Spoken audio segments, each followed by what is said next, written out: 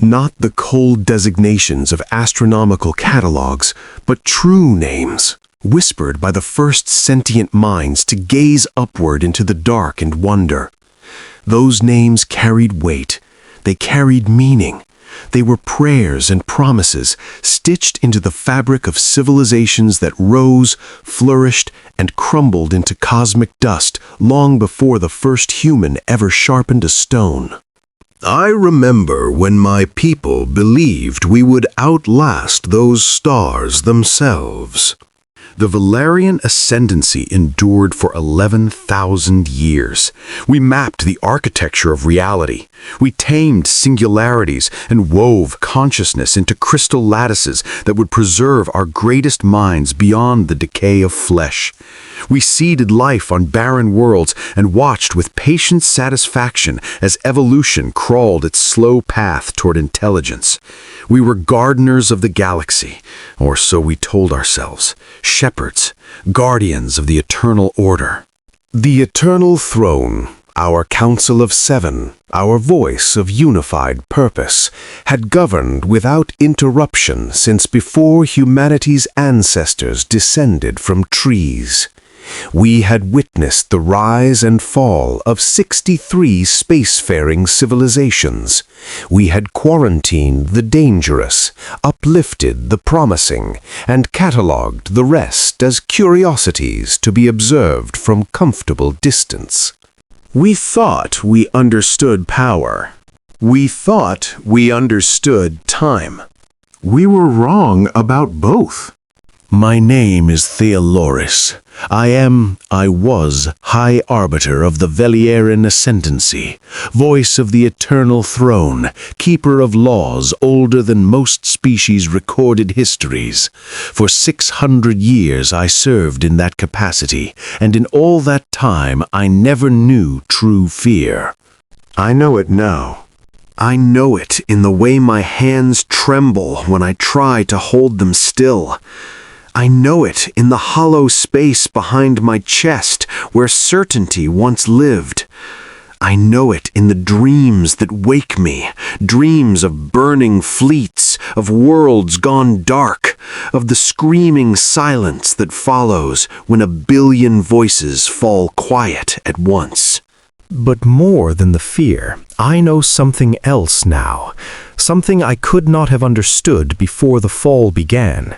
Something I first glimpsed in the eyes of a species we once dismissed as primitive, chaotic, and dangerously unstable. I know humility.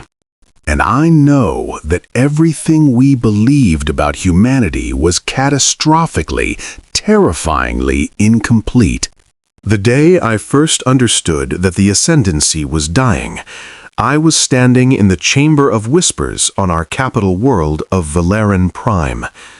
The chamber had existed for 9,000 years, a vast crystalline sphere suspended above the planetary senate, where the eternal throne received reports from across our domain.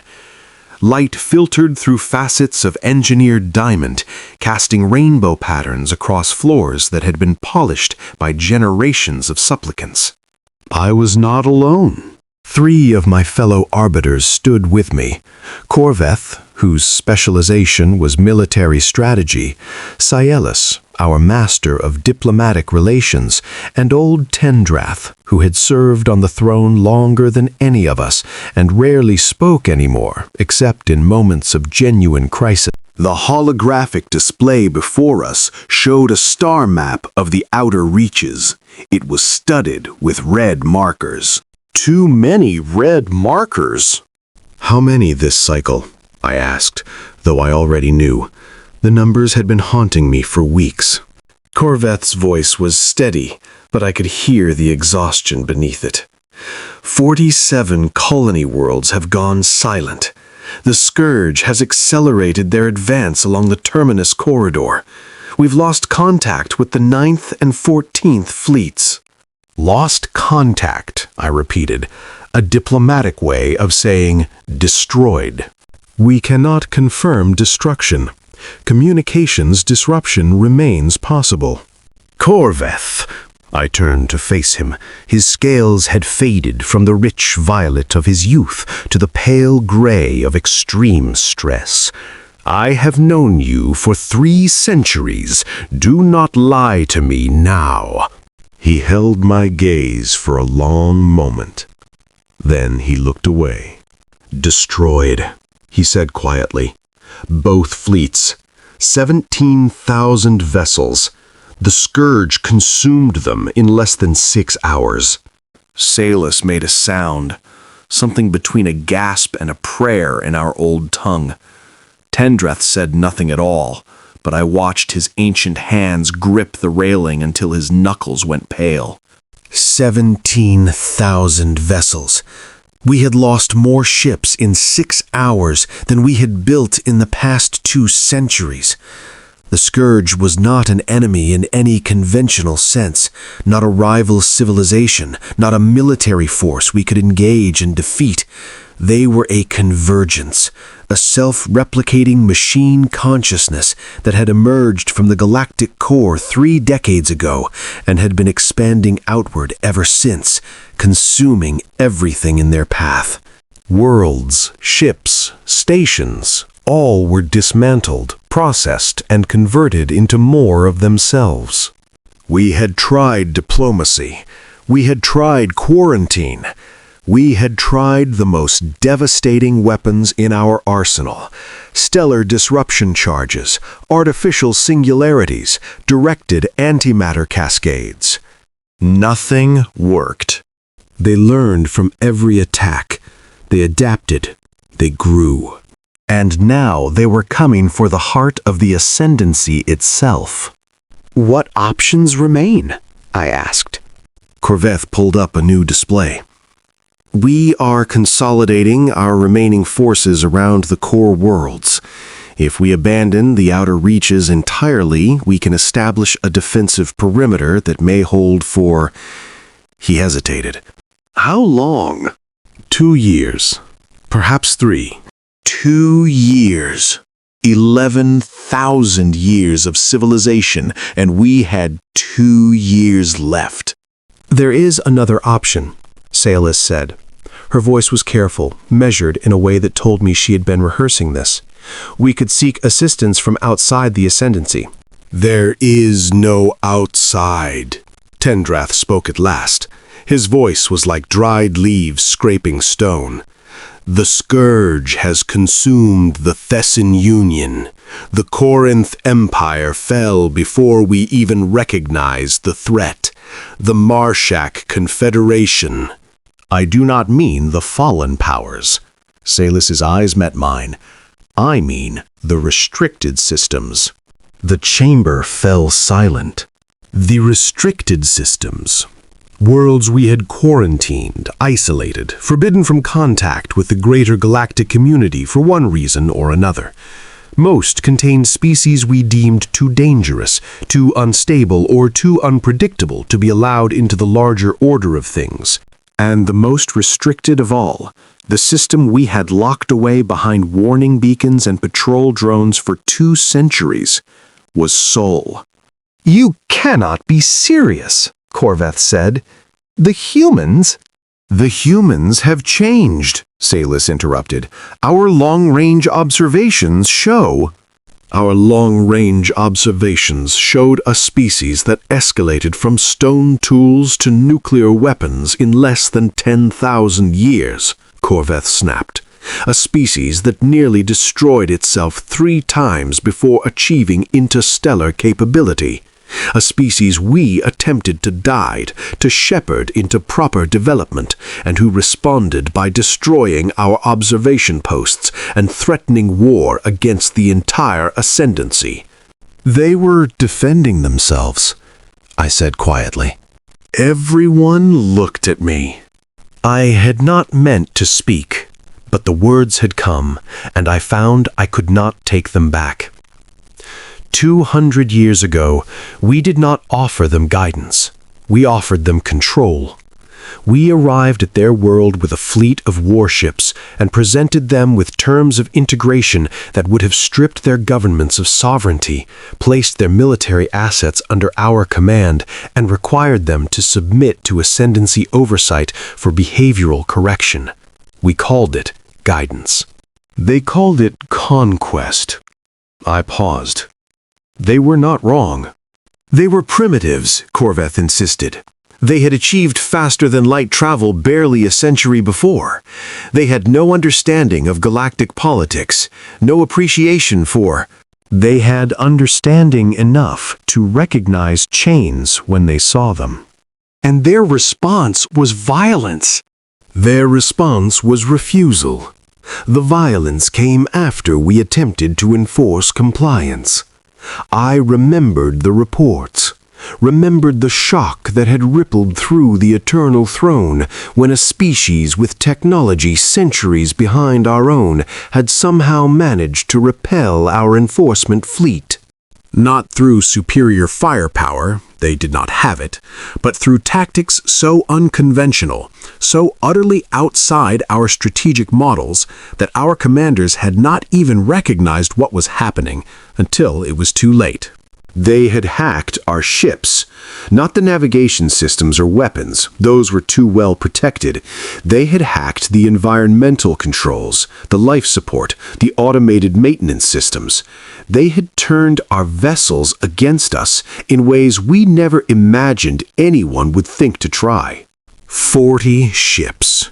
We had lost 40 ships to a species that should not have been capable of threatening even one. And then they had broadcast a message on every frequency, in every language their translation systems could replicate. It had been simple, direct, without the elaborate diplomatic phrasing we expected from civilized species. "Leave," they had said. "Do not return. There will be no second warning." The ascendancy had withdrawn. Not out of fear, we told ourselves, but because further engagement was inefficient. The humans were quarantined, observation posts were established at safe distances, and we convinced ourselves that we had chosen to leave them alone. But I had read the classified reports. I had seen the psychological profiles of the commanders who survived that engagement. Something had happened to them out there.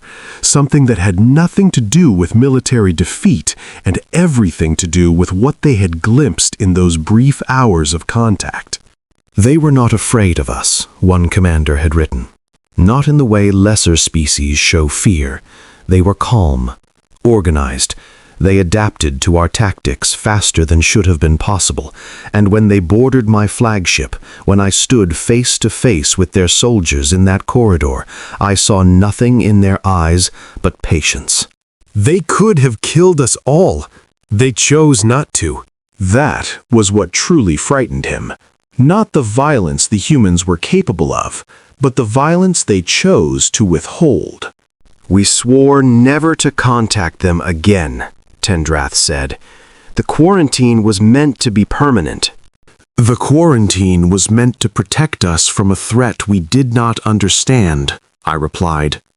"But the Scourge is a threat we understand perfectly, and it will destroy us. The quarantine becomes meaningless if there is no ascendancy left to enforce it." "You are suggesting we go to them," Corveth said. "Go to the species we tried to subjugate, the species that humiliated us, and beg for their help?" "I am suggesting we give ourselves a chance to survive." The argument continued for hours.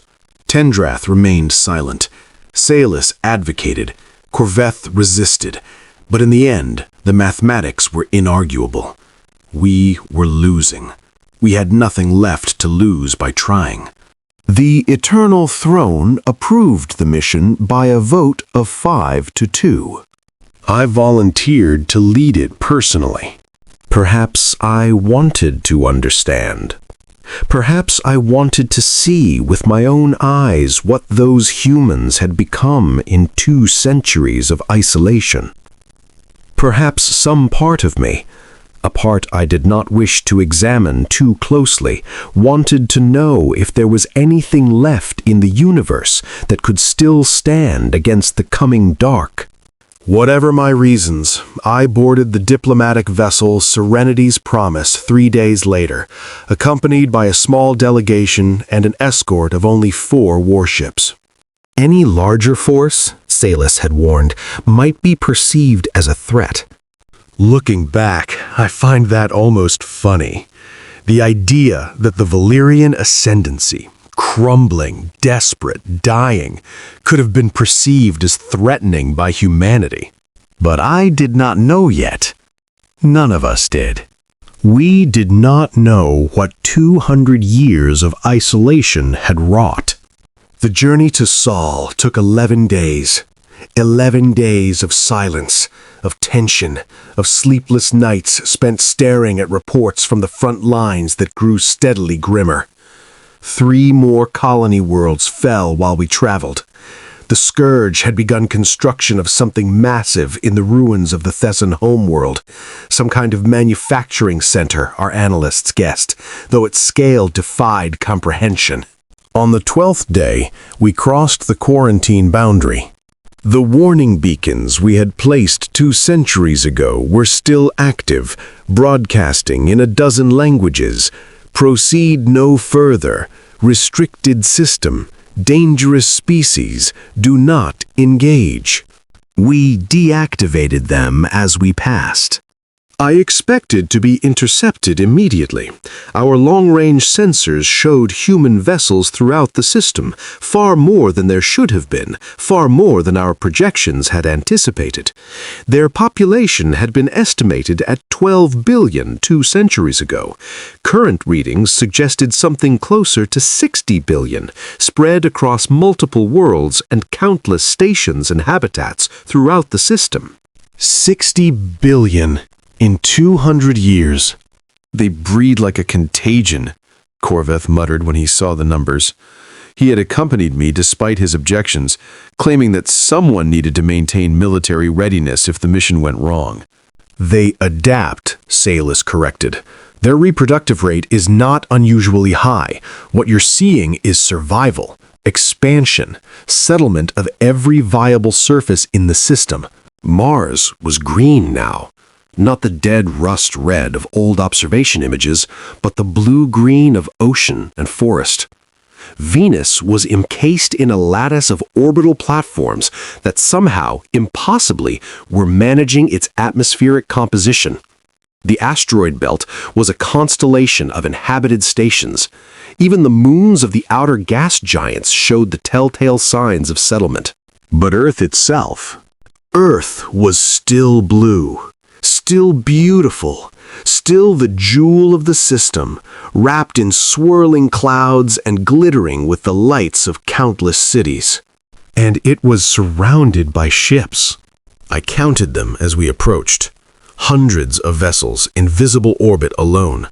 Not warships mostly, transports, construction platforms, research stations, but there were warships among them.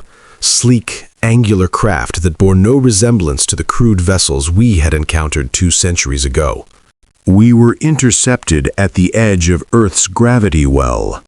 A single vessel approached us, small by our standards, perhaps 1/10 the size of my own diplomatic ship.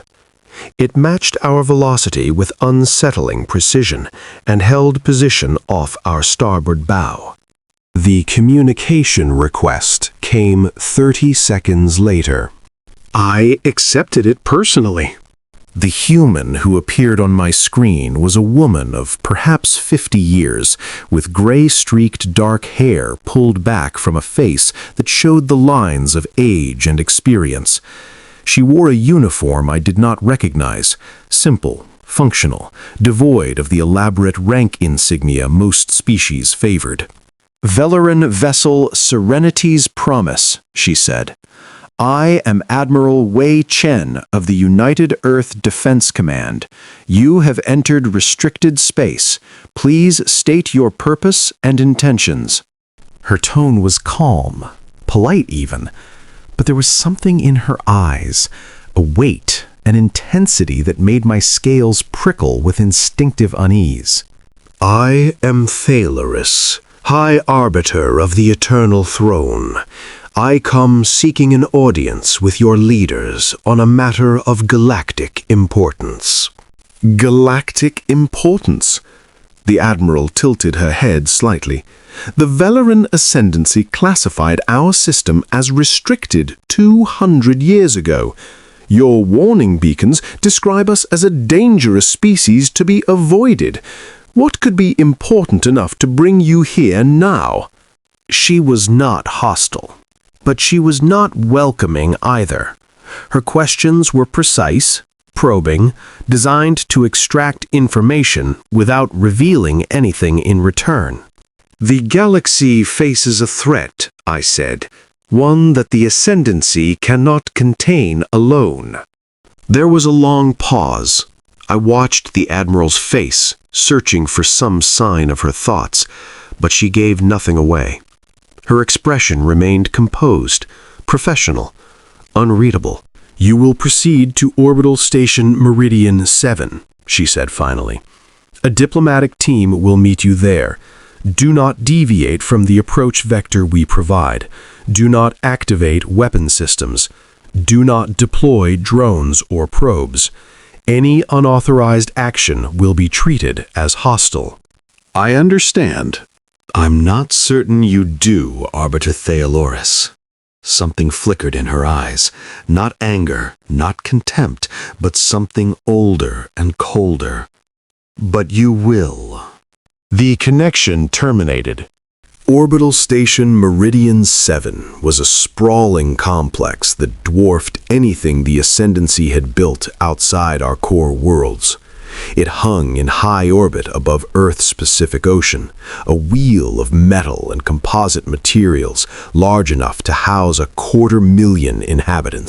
As we approached, I could see smaller craft moving constantly to and from its docking bays, a ceaseless flow of traffic that spoke to economic activity on a scale that should not have been possible for a system we had written off as primitive.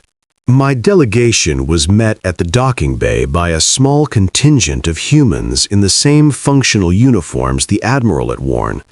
Their leader was a tall man with pale skin and close-cropped hair who introduced himself as Captain Marcus Cole.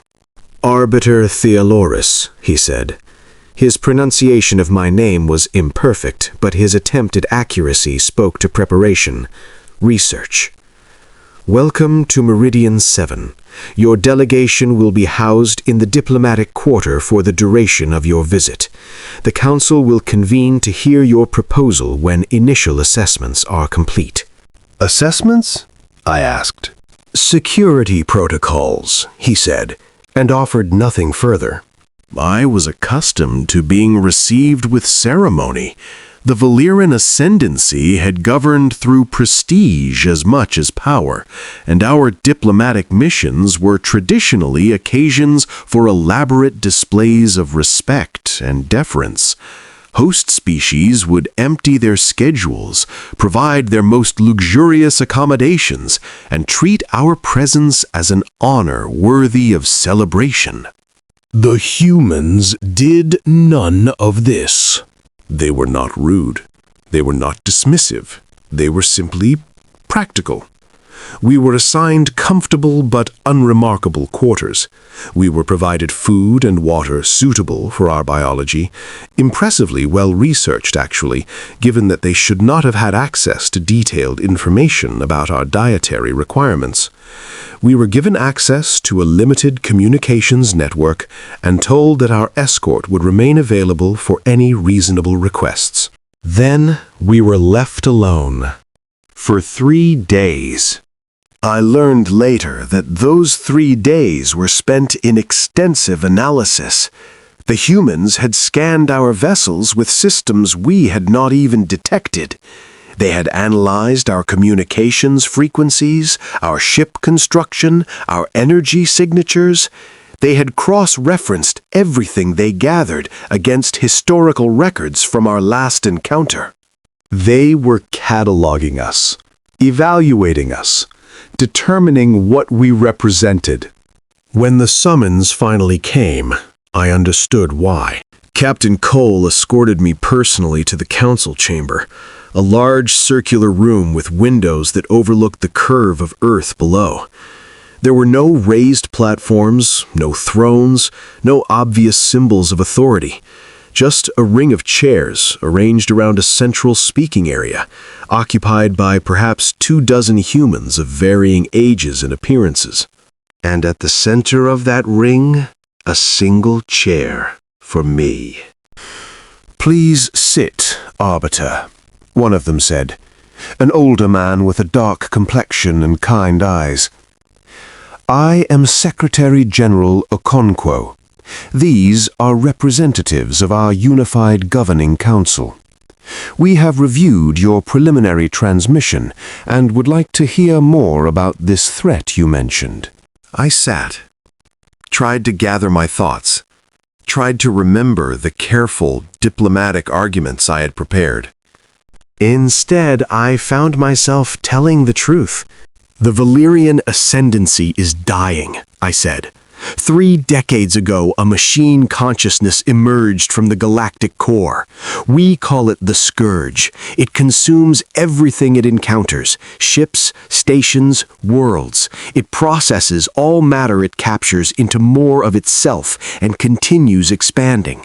We have tried every weapon in our arsenal. We have exhausted every strategy. Nothing works. I paused. The humans listened in silence. Our current projections give us 2 years before the Scourge reaches our core worlds. When that happens, the ascendancy will cease to exist. 8 trillion Valyrian lives will be lost, and the Scourge will continue. It will reach the outer spiral eventually. It will reach this system. If we do not stop it together, it will consume everything. Secretary General Okonkwo studied me for a long moment. "You have come to ask for our help." "Yes. After 2 centuries of quarantine, after your attempted subjugation of our world, after you classified us as dangerous and placed warning beacons around our system." His voice remained calm, but I heard something beneath it, something old. "You come now, when you are desperate, and ask for our help." I had no defense. Everything he said was true. "Yes," I said again. Another long silence. Then a woman to my left spoke, younger than most, with sharp eyes and an intensity that reminded me of Admiral Chen. "Tell me, Arbiter, what do you think of humans?" The question caught me off guard. I'm not certain I understand. "It's a simple question. You've studied us, surely. Your civilization has been observing the galaxy for millennia. You must have formed some opinion about our species. I'm curious what that opinion is." I hesitated. Diplomatic training screamed at me to deflect, to offer safe platitudes that gave nothing away. But something in her gaze, something patient and knowing, told me she would see through any deception. "We considered you dangerous," I admitted. "Volatile, unpredictable.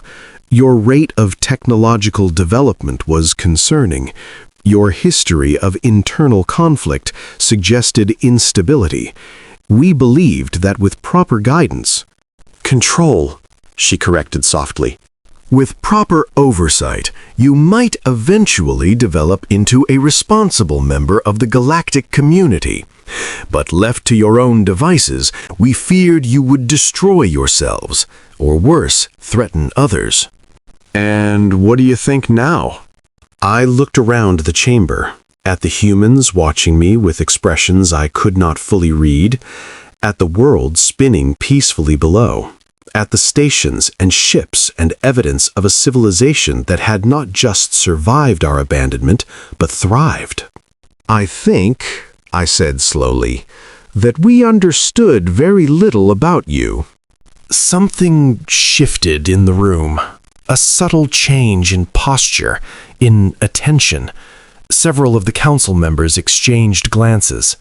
That may be the most honest thing a Valerian has ever said to us, Secretary General Okonkwo remarked. Let me ask you another question, Arbiter. If we help you, if we commit our resources and our people to fighting this scourge, what happens after? After? After the war is won, after the threat is neutralized, what happens to the relationship between humanity and the Vel'Khari ascendancy? Do we go back into quarantine? Do you resume your role as shepherds of the galaxy, guiding lesser species toward proper development? I understood then what he was really asking.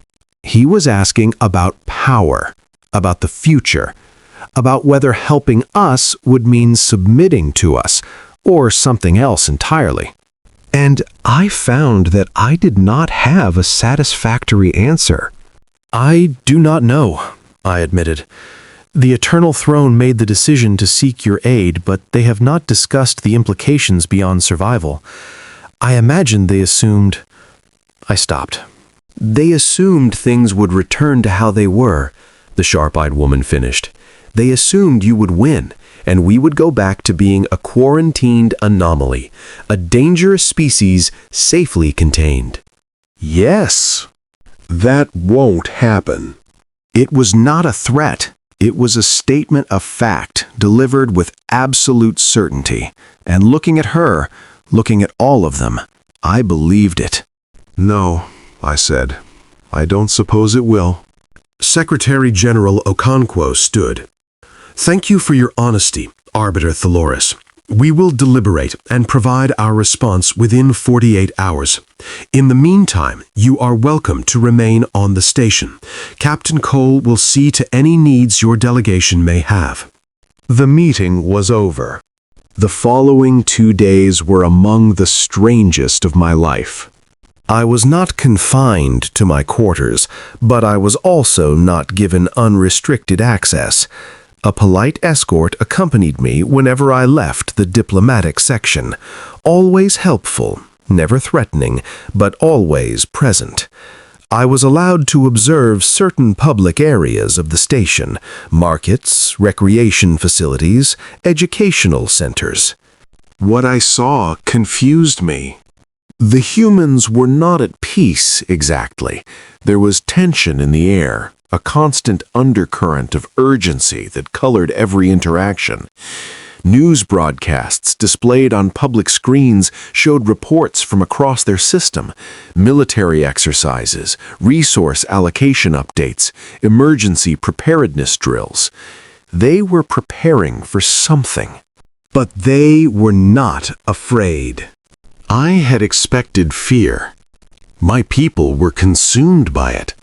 The approach of the scourge had shattered our civilization's confidence, left us grasping at desperate measures. The humans should have been terrified. They had less military power than we did, fewer resources, a fraction of our experience. Instead, they seemed almost calm. I watched a group of children in one of the recreation areas playing a game I did not recognize, running, laughing, shouting at each other in high-pitched voices. Their parents sat nearby, talking quietly, occasionally glancing at the screens that showed the latest updates from the outer system. One of the fathers caught me watching. He met my eyes without hostility, without fear, without the deference I was accustomed to receiving from lesser species. Then he nodded, a simple acknowledgement, and returned his attention to his children. I found myself wondering what that must be like, to face the end of everything and still find moments of ordinary joy, to know that destruction was coming and choose to live anyway. On the second day, I was approached by a woman I had not met before. She was middle-aged, with dark skin and gray-streaked hair, wearing the casual civilian clothing that seemed common among humans in non-military roles. "Arbiter Thealoris," she said. "My name is Dr. Elena Vasquez. I'm a xenoanthropologist. Would you be willing to speak with me?" About what subject? About you. About the Vel'Khari. About the war you're losing, and why you think we might be able to help. I should have refused. Diplomatic protocol demanded caution in such situations. But something in her manner, the same calm directness I had encountered in every human I had met, made me curious. "Very well," I said. We walked together through the station's observation deck, a long corridor lined with windows that looked out at the stars. Dr. Vasquez asked questions about my people's history, our culture, our understanding of the scourge. She listened carefully to my answers, sometimes asking for clarification, never interrupting. Finally, she asked something that stopped me in my tracks. Are you afraid, Arbiter? I turned to face her. What? Fear. Are you experiencing it? I ask because I've been studying your species for 20 years, and everything I know about Valyrian psychology suggests that open acknowledgement of fear is considered shameful, a weakness to be hidden. But I've also been watching you since you arrived, and I think you are afraid, deeply afraid. And I think pretending otherwise is exhausting you. No one had ever spoken to me that way. No one in 11,000 years of Valyrian civilization would have dared. We were the ascendancy. We did not show weakness. We did not admit fear. We endured. But she was right. Yes, I heard myself say. I am afraid. Of the scourge? Of everything. Of the scourge. Of extinction. Of what my people have become. I looked out at the stars, the same stars that had once seemed like our domain, our birthright. We built the greatest civilization the galaxy has ever known. We preserved order for 11 millennia, and now we are dying, and no one will remember us. Everything we accomplished, everything we believed, it will all be as if it never existed. Dr. Vasquez was quiet for a long moment. We have a concept, she said finally, a human concept. We call it legacy. The idea that what we do matters beyond our own lives. That the people we help, the things we build, the changes we make, they outlast us. Even if no one remembers our names, the effects of our choices ripple outward forever. She paused. But I've found that the people most concerned with legacy are usually the ones least likely to leave a good one. The ones who are remembered, who really matter, are the ones who just tried to do the right thing, regardless of whether anyone would notice. Is there a point to this philosophy lesson? She smiled slightly. The point, Arbiter, is that your civilization had 11,000 years to do the right thing. You had the power to help billions of species, to share your knowledge, to lift others up instead of holding them down. And instead, you built an empire based on control and fear. You quarantined anyone who might challenge you. You crushed anyone who refused to submit. Her eyes met mine. You came to our world 200 years ago and tried to make us slaves. And now you're surprised that you face extinction alone? The words struck me like physical blows. I wanted to argue. I wanted to defend my people, my civilization, everything we had believed. But I couldn't. Because she was right about that too. We were wrong, I said. The words felt strange in my mouth, forbidden almost. Arbiters did not admit error. The Eternal Throne did not acknowledge mistakes. We were wrong about many things. Yes, Dr. Vasquez said. You were. What would you have us do now? We cannot undo the past. No, but you can choose what happens next. She turned back to the window, and I followed her gaze out into the vast dark between the stars. You know what surprised us most about your request for help? It wasn't the desperation. We expected that. It was the fact that you asked at all. The Vel'Khari ascendancy does not ask. It demands, it commands, it controls. For you to come here, to speak to us as equals, to admit you need assistance, that required change. Small change, perhaps, but change nonetheless. The Eternal Throne approved the mission only because we had no other options. Maybe, but you volunteered to lead it, and I've watched you since you arrived. You listen, you observe, you think about what you're seeing instead of just dismissing it. She looked at me again. Not all Valerian are capable of that. Believe me, I've studied enough of you to know. I did not know how to respond.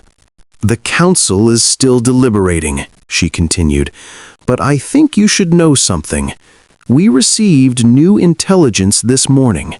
The Scourge has accelerated its advance. Your projections of 2 years, they're no longer accurate. My blood turned cold. How long? 7 months, maybe less. They've begun a coordinated push toward your core systems. Whatever they're building in Thessan space, it's almost operational. Why are you telling me this? Because you need to understand what's at stake. And because... She hesitated, seeming to weigh her next words carefully. Because I think you deserve to know what's coming, whatever the council decides. The council's decision came the following morning. I was summoned to a different chamber this time, larger, more austere, filled with unfamiliar technology. Holographic displays lined the walls, showing tactical readouts and fleet deployments I could not fully interpret. The room hummed with barely contained energy. Secretary General Okonkwo stood at the center, surrounded by military officers and civilian advisors. Admiral Chen was among them, her expression as unreadable as it had been during our first encounter. Arbiter Thalorus, the Secretary General said, we have reached a decision. I stood straighter, prepared myself for the refusal I had begun to expect. The humans owed us nothing, less than nothing. If they had decided to let us die, I could not have blamed them. We will help you. For a moment, I was certain I had misheard. You will? The Scourge threatens all organic life. We are not exempt from that threat. Our survival is linked to yours, whether we like it or not. Okonkwo's voice was measured, calm. But we are not doing this for the Vel'Khari ascendancy. We are doing this because it is right. Because the alternative is extinction for trillions of beings who have done nothing wrong. Because someone has to stand against the darkness, and we have decided that someone will be us. Something tightened in my chest, an emotion I could not name. I do not know how to thank you, I said. You don't need to thank us. You need to listen very carefully to what I'm about to tell you. Okonkwo stepped forward, his eyes locked on mine. We are not joining the Vel'Khari ascendancy. We are not becoming your allies, your subjects, or your junior partners. We are responding to a galactic threat in the way we see fit, using our own methods under our own command. You are welcome to coordinate with us. You are welcome to share intelligence and resources, but you do not give us orders. You do not direct our forces. You do not make decisions for us. Is that understood? Yes. Good. He gestured to one of the officers. "Admiral Chen will brief you on the operational details. I suspect you will have questions." Admiral Chen stepped forward. The holographic displays shifted, reorganizing into a complex web of tactical data that took me several seconds to parse. "We began mobilization 18 months ago," she said. I stared at her. What? "Our deep space sensor network detected the Scourge anomaly 3 years ago. We've been tracking its expansion, analyzing its behavior, and preparing our response ever since." She manipulated the display, and I saw for the first time a map of the galaxy that was not centered on Valyrian space. "Your intelligence failures are not our failures, Arbiter. We knew this was coming. We've been getting ready." The scale of what I was seeing began to register. Shipyards. Hundreds of them, hidden in asteroid fields, concealed in the outer reaches of human-controlled space, buried beneath the surfaces of moons. Manufacturing centers producing vessels at a rate that defied everything I knew about human industrial capacity. Fleets, not dozens of ships or hundreds, thousands of warships assembled in quiet corners of the system, waiting. And personnel, soldiers and pilots and engineers, trained and equipped and ready to deploy. "How is this possible?" I breathed. Admiral Chen's expression did not change. "Humanity has been preparing for existential threats since before we left Earth. Our history is a catalog of disasters, ice ages, plagues, wars, mass extinctions. We learned long ago that survival is not something you assume, it's something you build." She pulled up another display. 2 centuries ago, your ascendancy tried to control us. You showed us exactly what kind of galaxy we were living in, one where the powerful exploited the weak, and those who couldn't defend themselves were subjugated or destroyed. We decided that would never happen to us again. "You've been preparing for us?" "We've been preparing for everything." Her eyes met mine. "You. Other hostile civilizations, natural disasters, machine consciousnesses that consume everything in their path. Whatever threatens humanity, we intended to be ready." I thought of the children I had seen playing in the recreation area, the ordinary citizens going about their lives, the calm I had mistaken for ignorance or denial.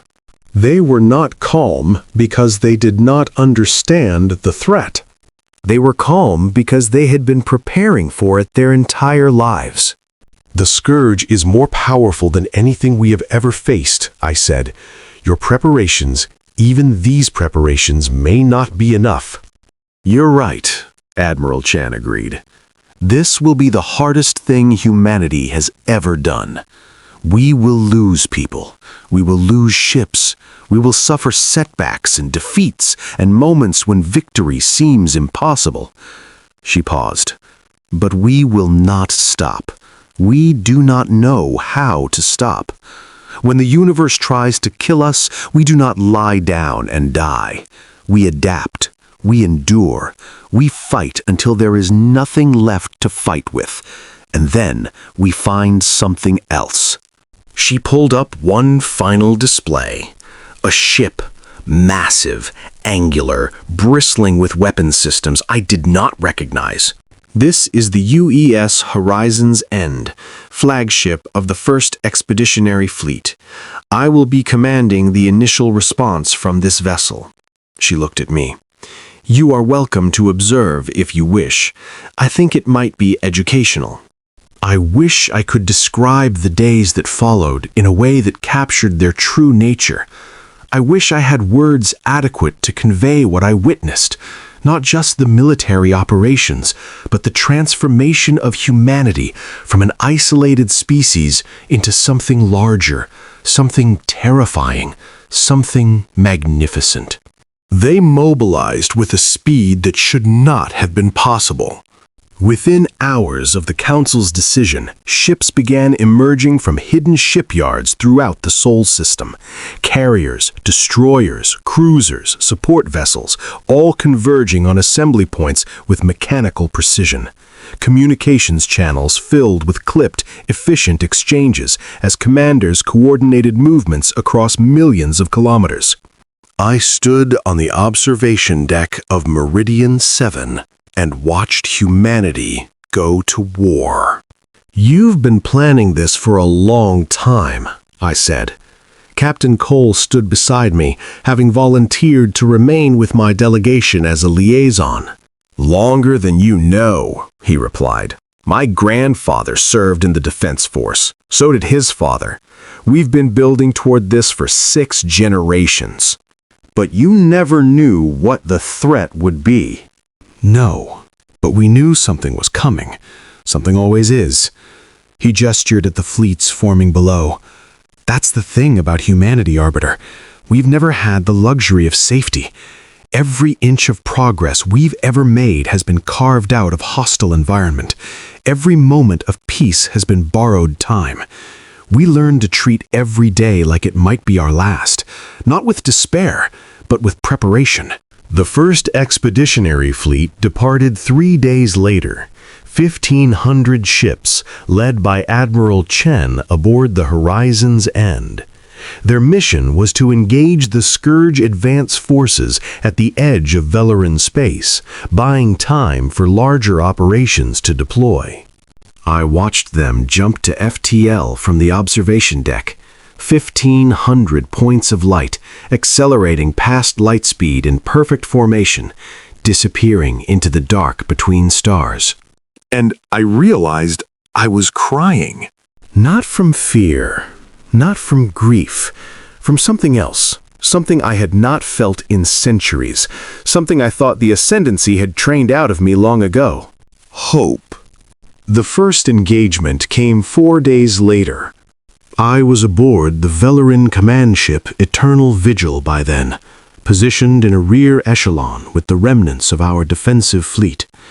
The throne had recalled every vessel we had left, barely 2,000 ships, many of them damaged, all of them outgunned by the Scourge. We watched the battle unfold through long-range sensors. Admiral Chen's fleet had intercepted a Scourge hunting pack, 12,000 machine vessels advancing toward one of our remaining colony worlds.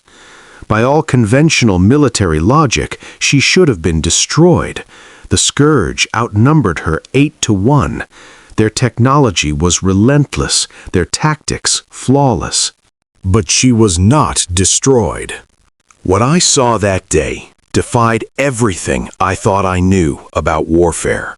The human ships did not fight the way Valyrian vessels fought. We believed in formation, in coordinated strikes, in the application of overwhelming force to predictable points. Our doctrine emphasized efficiency and precision. The humans fought like chaos. Their fleet fragmented into hundreds of independent units, each one operating with apparent autonomy while somehow maintaining coordination with the whole. They struck from unexpected angles.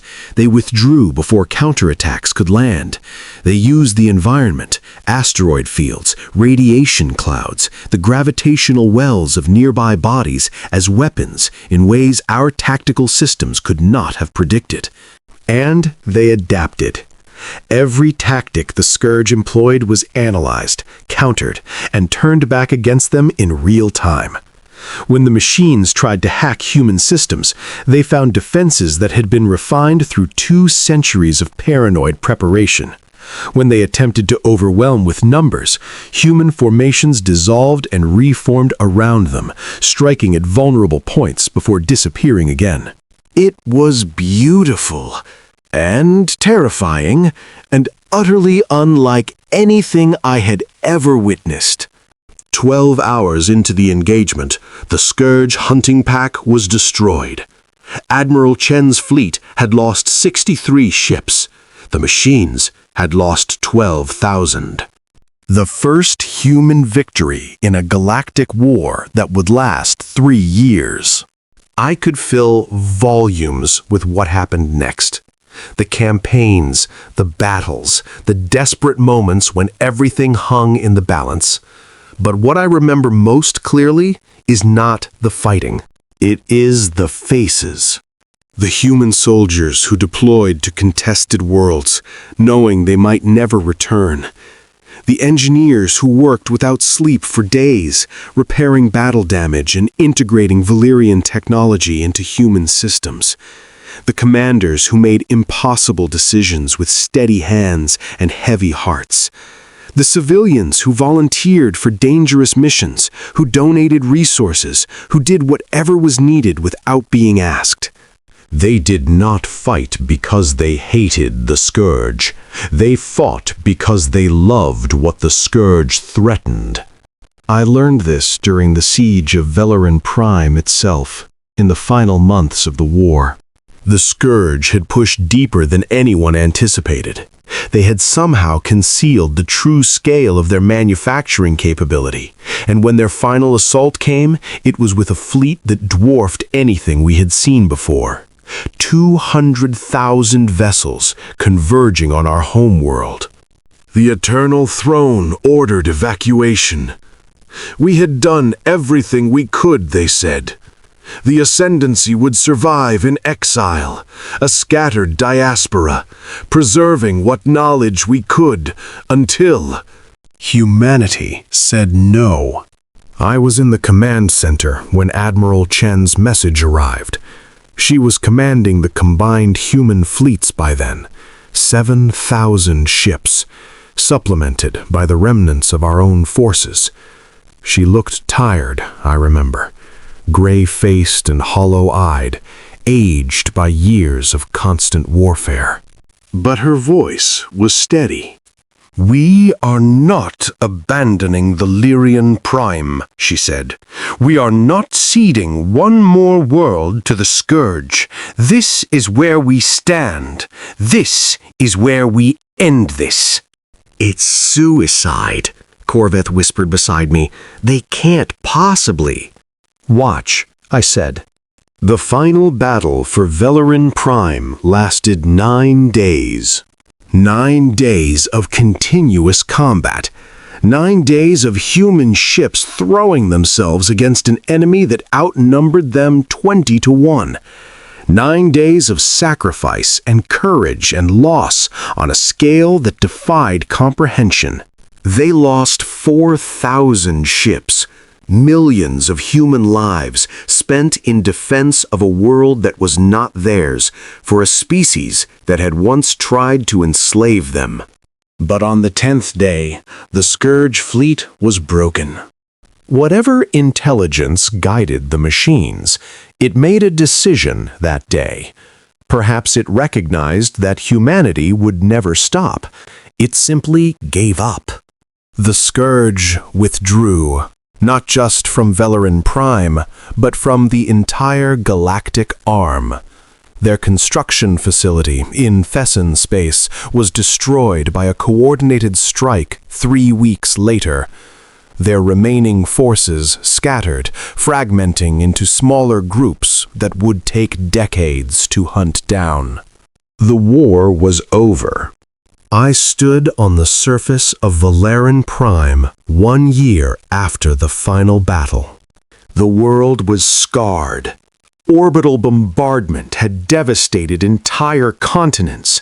Cities that had stood for millennia were rubble now, slowly being reclaimed by the vegetation that always returns when civilization retreats. But life remained. Valyrian refugees were beginning to return. Human reconstruction teams worked alongside them, helping to rebuild infrastructure, to restore systems, to replant forests that had burned. The work would take centuries, perhaps longer, but it had begun. Admiral Chen found me there, standing in the ruins of what had once been the Chamber of Whispers. The great crystalline sphere was shattered, its diamond facets scattered across the broken floor like tears. She was different now. We all were. The war had changed everyone who survived it. The eternal throne voted to dissolve itself, I said without turning. Did you hear? I heard. 11,000 years of unbroken governance, ended by unanimous decision. They concluded that the ascendancy had failed in its fundamental purpose, to protect our people and maintain order. I bent down, picked up a shard of crystal. The rainbow light still danced within it. They were right. What happens now? We rebuild, under a new system, something more collaborative, more open, something that learns from humanity instead of trying to control it. I finally looked at her. The throne is gone, not because you destroyed it, but because you showed us it was already hollow.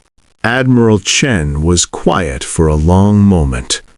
We didn't come here to change your civilization, she said finally. We came here to survive. I know. That's what makes it matter. I turned back to the ruins. Somewhere beyond the broken ceiling, stars were appearing in the evening sky. The same stars that had watched the rise and fall of countless civilizations. The same stars that would watch whatever came next. You know what the strangest thing is? I said. When you first arrived at our world 200 years ago, we looked at you and saw savages, primitives who had barely mastered interstellar travel. We saw chaos and violence and the potential for destruction. I paused. We never imagined that you would be the ones to save us. We almost weren't, Chen said. A lot of people wanted to let you fall, said it was justice for what you tried to do to us. Why didn't you? Because we're not you. There was no accusation in her voice, just truth. Because we learned, somewhere along the way, that the measure of a species isn't how they treat their equals. It's how they treat those who wronged them, those who hurt them, those who are helpless and afraid. She looked at me, and I saw something in her eyes that I will remember until the day I die. You tried to control us. You tried to break us. And when you were the ones who were broken, we chose to help anyway. Not because you deserved it, but because it was right. I held the crystal shard up to the fading light, watched the colors dance. You have eliminated everything we were, I said quietly. Not with weapons, not with conquest, with mercy. You have destroyed the eternal throne more completely than any war could have, because you proved that everything it stood for was wrong. Admiral Chen said nothing. Thank you, I whispered. And for the first time in 11,000 years, a high arbiter of the Vel'Khari ascendancy bowed before another species. The stars have new names now. Not the cold designations of catalogs, and not the ancient names my people gave them in ages past. New names, in new languages, given by the species who are rising to take our place at the center of the galaxy. Human names, mostly. I do not mind. I am old now, older than most Valyrian live. I have seen empires rise and fall. I have witnessed the death of everything I believed in, and the birth of something new and strange and terrifying. I have learned that wisdom is not the same as age, and that power is not the same as strength. The humans did not come to conquer. They did not come to rule. They came because they could not have lived with themselves if they had stayed home. That is what makes them different from us. That is what makes them dangerous. That is what makes them the inheritors of a galaxy we thought was ours forever. They are the forge fire, They are the storm wind. They are the stubborn, impossible, beautiful defiance of a species that looked at the universe and said, "No, you do not get to win." My people tried to control Earth. We could not control our own collapse. And in the end, humanity eliminated our throne, not through conquest, but through the simple, devastating power of choosing to be better than we ever were.